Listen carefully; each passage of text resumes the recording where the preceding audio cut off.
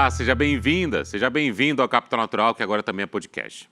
Nas aberturas dos programas, normalmente nós contextualizamos o tema da semana. Eu falo sempre da importância em debater a crise civilizatória que vivemos. Em geral, menciono a crise climática, a crise sanitária, os objetivos do desenvolvimento sustentável da ONU, ODS, ESG, ou alguma grande conferência que está acontecendo em algum canto do mundo que possa justificar a nossa pauta. Hoje nós temos um caso concreto, um caso que está na lembrança de todos nós. A tragédia que aconteceu em Petrópolis em fevereiro deste ano. Foram quase 230 mortos. Ainda há gente desaparecida. A cidade tenta reconstruir a sua vida, mas é muito difícil. Está muito fresco tudo isso.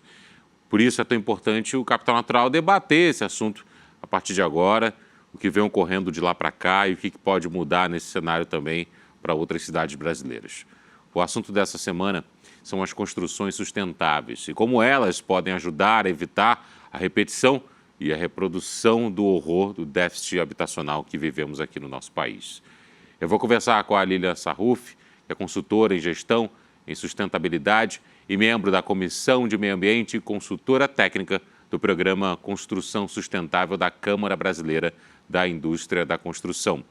O Nicolaus Theodorakis, que é CEO e fundador da NOA, uma Construtec que desenvolve empreendimentos imobiliários através do uso da madeira engenheirada a partir de florestas manejadas. O Rodrigo Mindley Loeb, que é arquiteto urbanista formado pela FAUSP, professor da FAO Mackenzie e mestre em Energia e Meio Ambiente pela Architectural Association School of Architecture em Londres. Sejam bem-vindos, bem-vinda Lilian Capital Natural. Eu queria então começar falando sobre esse tema que está tão fresco na cabeça de todos nós, tragédia de Petrópolis e a construção sustentável como tema de fundo. Eu queria, Lilian, que você começasse falando sobre a sua relação com esse tema, construções sustentáveis. Seja bem-vinda, obrigado por nos atender. Obrigado, Pablo, obrigado pelo convite. É muito gostoso para mim estar aqui falando sobre construção sustentável, um tema que eu já atuo já há mais de 20 anos e que nós temos aí, vamos dizer assim, progredido muito, apesar de, às vezes, falarem assim que não, a gente não está fazendo nada, mas nós estamos fazendo muito e a gente vai ter a oportunidade de conversar aqui sobre os nossos avanços, né? Estou aqui a convite da Câmara Brasileira da Indústria da Construção, que reúne as principais entidades, as principais empresas que estão aí fazendo a construção em todo o Brasil. Nicolaus, bem-vindo. Obrigado por nos atender. Como é que esse tema chegou até a sua vida e como é que você se envolveu com construções sustentáveis? Bom dia, obrigado Pablo, obrigado Capital Natural pelo convite, é um prazer estar aqui com vocês. Eu sou no setor imobiliário já há 11 anos, trabalhando em corporação residencial em São Paulo. E ao longo dos anos eu fui percebendo que a forma como a gente constrói tinha que mudar. E sempre fui entusiasta de tecnologia, de trazer tecnologia para o setor, e eu sempre pensei em como trazer. E comecei a estudar o processo da industrialização da construção. E nesse estudo eu identifiquei a madeira engenheirada, que é um produto que é ultra sustentável, vamos dizer assim, poderia ter um papel importante para trazer sustentabilidade na construção. O setor hoje é responsável por 39% das emissões de gás carbônico no mundo. Só materiais de construção, primordialmente aço e concreto, representam 11% dessas emissões. E nesse movimento de busca da sustentabilidade, a gente buscar um planeta mais equilibrado, é natural que algumas iniciativas comecem a ser implementadas e a gente identificou que o setor de construção ainda tinha um passo grande a percorrer. E assim surgiu a NOA, com essa ideia de trazer sustentabilidade para a construção através da industrialização e através de um material que é ultra sustentável, como eu falo, e tem, enfim, eu costumo dizer que o material que a gente usa, que é o Cross Laminated Timber, que é uma madeira engenheirada, ele é um material muito potente. porque ele traz essa sustentabilidade para o setor, essa solução de sustentabilidade para a construção. Ao mesmo tempo, ela é estruturalmente muito eficiente e traz uma estética arquitetônica muito bacana. Então, ela completa aí uma característica de uma necessidade importante aí do setor para a sustentabilidade. E você, Rodrigo, como é que esse tema chegou à sua vida? Você começou a se envolver com construções sustentáveis. Bem-vindo. Opa, obrigado pelo convite, prazer estar aqui, Pablo. Eu, enfim, tive uma vivência de trabalho na Amazônia, nos anos 90, no início dos anos 90, e em 96, 97 resolvi me aprofundar no assunto, no campo da arquitetura e do urbanismo, fazendo um mestrado em energia e meio ambiente na Inglaterra, né, que me colocou, então, uma perspectiva de que esse tema não seria jamais abandonado da minha reflexão e da minha prática profissional. Então, procurei, desde então, atuar e conhecer esse assunto com maior profundidade, né? Eu acho que a gente enfrenta hoje, né, o nosso campo, a arquitetura, o urbanismo, a construção civil, eles são protagonistas desse momento de enfrentamento de uma condição de colapso socioambiental planetário, né? Não é só no Brasil, e ao mesmo tempo eles podem ser protagonistas, né? Nós podemos ser protagonistas das alternativas possíveis, para novos mundos possíveis que tragam perspectivas de restauração ecossistêmica, como proposto pelas Nações Unidas, né, nessa como a década da restauração dos ecossistemas, e os ecossistemas urbanos, inclusive, fazendo parte disso, né.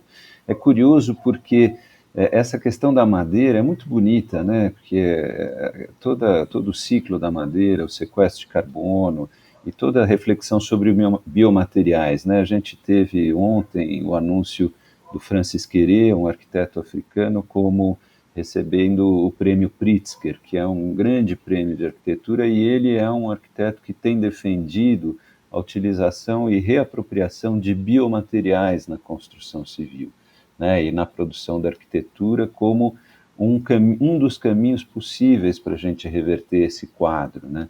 Eu acho que o nosso mundo ele tem que rever efetivamente, né, a tragédia de Petrópolis que você traz, ela não é, ela já aconteceu antes, né, e a gente teve na Bahia as grandes enchentes, em Minas Gerais a gente teve ruptura das barragens, né, provenientes da produção do aço, desses processos, né. Eu acho que isso deve ser revisto, e o nosso campo tem uma responsabilidade e pode, de fato, reivindicar essa posição de protagonista nas alternativas possíveis, né? Então, é um prazer estar aqui. Eu tenho atuado na prática profissional e no ensino da arquitetura e do urbanismo, promovendo sempre essa discussão. Detalhe que o Queré se tornou o primeiro arquiteto negro a vencer o Pritzker, né? Considerado aí... Não gosto muito dessas comparações, mas só para deixar mais prático para todo mundo, seria o Nobel da arquitetura, né? E ele faz um trabalho muito interessante de Burkina Faso, né? Nicolau, você citou uma coisa importante, que é o caminho a ser percorrido pela construção e pelo trabalho de habitação aqui no Brasil. Você começou a notar que estávamos muito atrás. O exemplo de Petrópolis é um exemplo claro de como a gente está bem atrás na questão da discussão da habitação? O exemplo de Petrópolis ele traz uma reflexão muito mais ampla, né? A transformação que o nosso planeta está vivendo. Isso são sinais, é assim que a gente vê. Eu vejo dessa forma, são sinais que enfim, o meio ambiente nos dá de que alguma coisa tem que ser feita. E eu acho que cada setor da economia tem o seu papel e tem que olhar para isso com muita responsabilidade.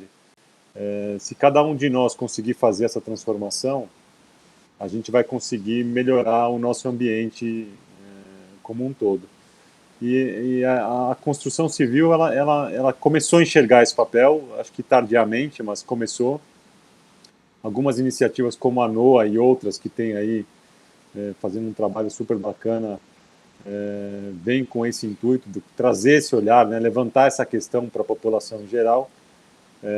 Mas é um caminho, Pablo, a gente tem um caminho longo para percorrer, tem um trabalho de aculturamento, o setor é um setor tradicional, a gente tem algumas barreiras, algumas dificuldades para introduzir um material novo na construção, essa que é a verdade. A madeira engenheirada é um material que ela está no mercado há 20 anos, no mundo, no Brasil é recente, a NOA e outras empresas estão trazendo isso para o Brasil. Então, tem um trabalho pioneiro aqui há alguns anos já sendo feito, tá? Mas eu acho que agora está conseguindo ganhar mais escala. E esses aspectos são importantes porque a gente começa a trazer novas formas de olhar para o setor. Quando você trabalha a industrialização, você trabalha uma qualificação melhor de mão de obra, você trabalha uma redução de desperdícios no canteiro de obra. Tem outras iniciativas que são consequências dessa nossa iniciativa macro, vamos dizer assim, que traz muitos benefícios para a população em geral. Então, eu acho que essa discussão ela tem melhorado, ela tem enriquecido, e a gente tem conseguido cada vez mais mostrar para a população e para o mercado técnico em geral a qualidade que esse produto tem, a qualidade que as construções recebem com esse material, e uma transformação de raciocínio, vamos dizer assim, de benchmarks, né? A gente começa a mudar um pouco a forma como as pessoas olham o que é qualidade na construção civil. Isso é muito importante. Ô Lilian, como é que a Câmara Brasileira da Indústria da Construção tem recebido essas pautas socioambientais que a gente está discutindo aqui no programa de hoje? E como é que a Câmara trata essas pautas? Eu estou assim, muito entusiasmada até com a fala do Nicolaus e do Rodrigo. Isso reflete um pouco do trabalho que a Câmara Brasileira tem feito aí já há bastante tempo. Nós da indústria da construção civil já reconhecemos há muito tempo atrás que a gente precisava mudar. Só que as ações que são feitas, às vezes parece que elas são demoradas, são longas, mas essa conversa que a gente está tendo aqui reflete aquilo que já mudou. Antes, como disse o Rodrigo, nós nunca fomos protagonistas no assunto de sustentabilidade. A construção civil, o foco era produção, era moradia, mas nunca sustentabilidade. E quando a gente ia discutir a pauta sustentabilidade, era um setor que não era reconhecido nos seus esforços, vamos assim dizer. Até que hoje, o setor da construção civil, sim, ele é protagonista. Primeiro, por conta daquilo que nós vamos construir, né? O ambiente não construído, aquilo que nós vamos construir, a gente tem que construir melhor. E aquilo que já está construindo, que já está cidades, né, os agrupamentos urbanos e tudo mais, a gente precisa melhorar. Que é o caso de Petrópolis, vamos assim dizer. Temos que olhar diferente para as cidades. Então são duas frentes muito distintas que se encontram, mas a gente tem muito esforço para isso. Assuntos, pautas como resíduos, uso racional da água, gestão de energia, emissão de carbono, é a nossa pauta. Né? Para vocês terem ideia, a gente está hoje discutindo, né, não só a questão do ESG em todas as nossas empresas, porque é uma questão de competitividade. Deixou de ser uma coisa idealista, deixou de uma coisa de algumas pessoas querem, que alguns clientes já exigem para ser uma questão de competitividade das empresas em toda a cadeia da construção. Então, a gente está dizendo, né, na fabricação de materiais, na construção em si, na utilização dos imóveis. Então, falar assim, a madeira engenheirada, nossa, é bárbaro. E melhor ainda quando o Nicolaus fala que precisamos ter tecnologia, precisamos ter materiais, precisamos ter qualidade.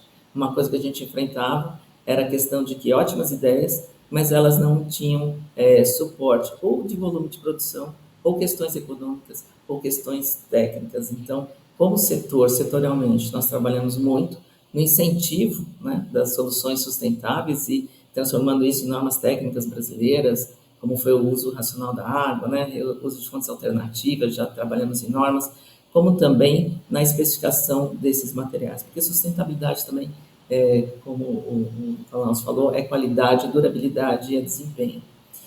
Em tudo isso, né, como que a Câmara tem trabalhado? A Câmara tem trabalhado, sim, nas questões de moradia. Isso foi uma bandeira desde, né, propósito da CEBIC, desde o início, a questão da moradia digna, e trazer um pouco a discussão desses riscos Existe um outro programa dentro da CEBIC que se fala o futuro da minha cidade, para discutir esses riscos, né? Onde áreas de risco, o que a gente precisa melhorar na cidade, quais as demandas.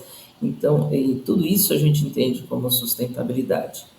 Hoje, né, linkando aí um pouco a questão do carbono, né, como foi dito, né, dos materiais e tudo mais, hoje a gente tem uma ferramenta para o cálculo de emissões de carbono na execução de uma obra, incluindo os materiais que a gente utiliza. Então, a gente vai poder escolher qual material é melhor, qual material polui mais, qual menos, né? Não que seja maior ou menor, mas que seja uma questão de emissão de CO2 ou de energia embutida.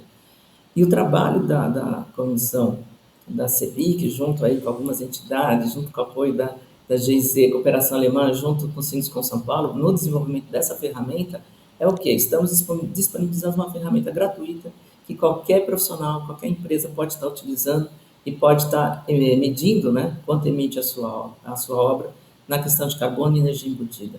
Esse é o trabalho da CEBIC, a gente divulgar, a gente capacitar as empresas, divulgar, trazer ferramentas, trazer soluções para que elas possam incorporar as questões de sustentabilidade sem que sejam muito oneradas. A gente sabe desse outro lado, sabe que a construção civil ela é pulverizada, não só, né, regionalmente, mas em questão de escala de empresas e até de profissionais liberais. Então, o trabalho, a gente entende que a gente tem que pensar em todos, não apenas, né, em algumas soluções, mas em todos, e o envolvimento com o setor público, com o setor executivo, com aqueles que fazem as nossas leis. Então, nós temos um diálogo muito grande com eles, porque é muito importante, né? Esse desenvolvimento conjunto é entender a questão, buscar a solução, desenvolver a legislação em conjunto que façam incentivos e que permitam, né, que esses incentivos sejam realmente implantados. Então, trabalhamos juntos aí com o Procel Edifica, no PBE Edifica de edificações, né, de energia, ciência energética em edificações e em outras tantas frentes aí do governo. Participamos aí com a Secretaria Nacional da Habitação na discussão de indicadores de sustentabilidade nas habitações de interesse social. Então, esse é um grande ganho. Nós estamos falando também de sustentabilidade nas habitações de interesse social, coisa que antes era visto e era segmentado, não só as edificações, né, que sejam de um padrão X, têm acesso a isso. Não, a gente está trazendo para todo o universo. E aí a sociedade ganhou como um todo, porque não vão ser 1 ou 2 ou 3 prédios, empreendimentos que vão poder contribuir, mas sim tudo aquilo que está sendo construído como novo de uma forma diferente. E temos sim que agora pensar muito naquilo que está construído. A Lilian citou alguns pontos interessantes, aí eu queria escrever aqui em algumas pautas durante o Capital Natural. Por exemplo, a questão de incentivos. Nicolau, você vem do mercado financeiro. Como é que o mercado financeiro observa essas construções sustentáveis e qual o humor que o mercado tem para esse tipo de pauta? Olha, Pablo, a gente começa a ver já algum movimento no mercado financeiro, principalmente para financiamentos imobiliários verdes, né, mais sustentáveis, com alguma redução de taxa, né? Isso a gente já começa a ver em alguns players já acontecendo. O que a gente vê muito, a gente tem um conceito aqui de voo para a sustentabilidade, né, que a gente chama, que é um caminho que começa pelas empresas sendo impulsionadas pelo capital investidor. E, consequentemente, as empresas são feitas de pessoas e as pessoas começam a entender o que é um pouco mais a sustentabilidade, né? A sustentabilidade começa a ser mais disseminada. A gente vê muito o capital impulsionando, né, e ainda em alguns aspectos, e obrigando as empresas a pensar naquela economia de stakeholder que a gente chama, né, que é a economia que as empresas não têm que mais visar só o lucro, e sim visar o seu entorno, né, toda a sua cadeia produtiva, o impacto que o seu produto tem no meio ambiente, nas pessoas e por aí vai. Então a gente começa a ver um impulso muito grande do mercado financeiro, do capital em si, né, impulsionando as empresas a pensar com mais sustentabilidade, que é um movimento muito positivo. Quando a gente fala de um movimento de cada setor, tem muito ligado também a esse impulso que o capital tem dado para que exigindo que as empresas sejam mais sustentáveis na sua atividade, né, na sua atuação. Especificamente para o setor de construção, a gente tem visto aí algum movimento já acontecendo de alguns bancos, alguns investidores já olhando de forma muito positiva para o investimento sustentável, investimento investimento imobiliário sustentável. Então isso é uma transformação importante que vem a ajudar a impulsionar e acelerar o nosso processo de transformação do setor. Boa. Rodrigo, eu queria uma complementação sua também, por favor. Eu acho que esse é um tema muito complexo, né? Você estava falando da questão do nosso déficit habitacional, né? O Brasil tem, segundo a Fundação João Pinheiro, a última pesquisa de 2019, entre pessoas que não têm teto e pessoas que vivem em habitações com alguma condição de inadequação, sem água, insalubre, etc., temos 110 milhões de pessoas, ou seja, uma ausência absoluta de política pública habitacional nesse país, né? Ao mesmo tempo, a gente tem uma perspectiva de continuidade de crescimento urbano, né? Até 2050, 2 bilhões e meio de pessoas vão, a crescer acrescentadas nas cidades pelo planeta, principalmente na Índia, na África, na Ásia, ou seja, o desafio é gigantesco, né?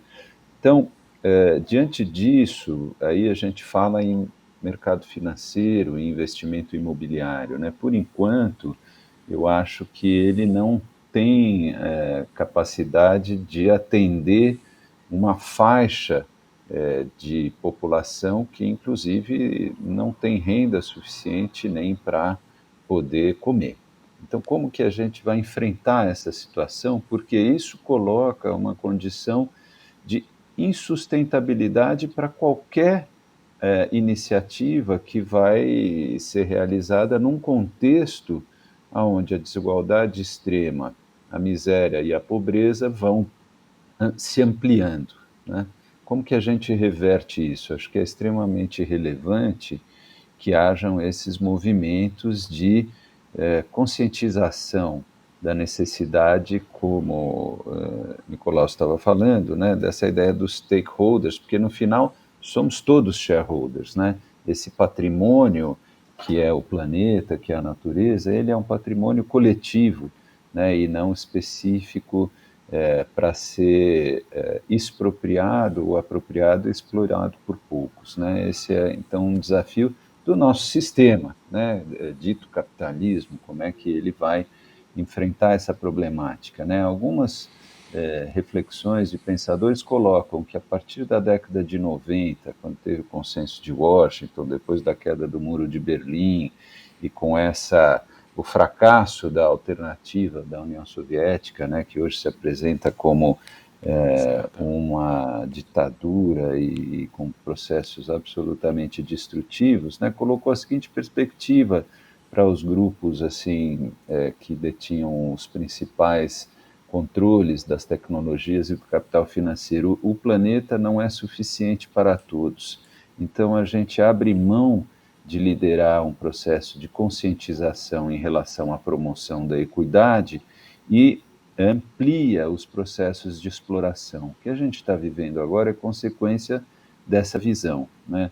E eu acho que para que a gente possa entender uma possibilidade de transformação, a gente vai ter que viver uma ruptura, porque a gente corre o risco de que algumas soluções, embora muito importantes e muito relevantes, elas sejam reformistas e sejam rapidamente apropriadas como mais um vetor e um instrumento de ampliação de ganhos, e não de uma consequência real na transformação dessa realidade, né? Eu acho que é muito difícil para todos nós, né, imaginar deitar à noite e dormir tranquilamente quando milhões de pessoas não têm comida no prato, né, durante o dia.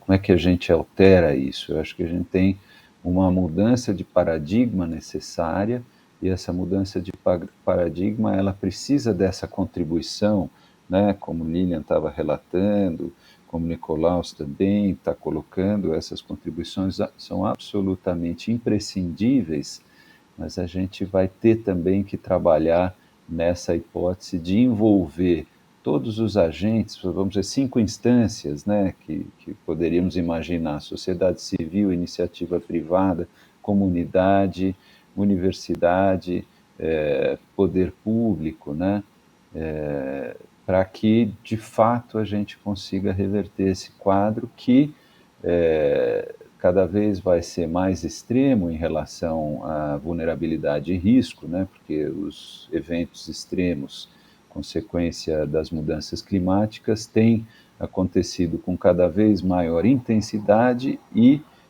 quantidade de incidência, ou seja, a gente tem que desenvolver estratégias também de enfrentamento e resiliência, né, diante desses problemas. E isso necessariamente envolve contemplar na solução dos problemas a participação das pessoas que são diretamente afetadas por esses problemas, né? Na medida em que a gente puder dizer que o nosso investimento financeiro, ou do capital financeiro, ou dos empreendimentos imobiliários, ou da produção da arquitetura e urbanismo, pudermos dizer que a nossa ação não tem relação com nenhum impacto negativo sobre o meio ambiente ou sobre ninguém, aí a gente de fato vai poder ter tranquilidade e ter a missão cumprida. Então tem muito trabalho até lá, e eu acho que é muito importante aqui essas iniciativas, e são muito relevantes, né? Essas que estão colocadas pela Lilian e pelo Nicolaus. E o trabalho também de aprendizagem e educação no campo de formação de arquitetos, arquitetas, urbanistas, né, e de atuação profissional. E por isso é tão importante ouvi-los aqui dentro do Capital Natural. E por isso também nós vamos seguir com esse mesmo tema na próxima semana. Vou fazer uma pausa nessa nossa primeira conversa sobre construções sustentáveis. Quero agradecer demais a Lilian Sarruf, consultora em gestão e sustentabilidade e membro da Comissão de Meio Ambiente da Câmara Brasileira da Indústria da Construção, o Nicolaus Theodorakis, que é CEO e fundador da NOA, empresa que desenvolve empreendimentos imobiliários, e Rodrigo Mindlin-Loeb, arquiteto urbanista e professor da FAO Mackenzie. E a você também que nos acompanhou no podcast, também no Band News TV e nas nossas redes sociais, fique à vontade para participar também. Até semana que vem, cuide-se bem.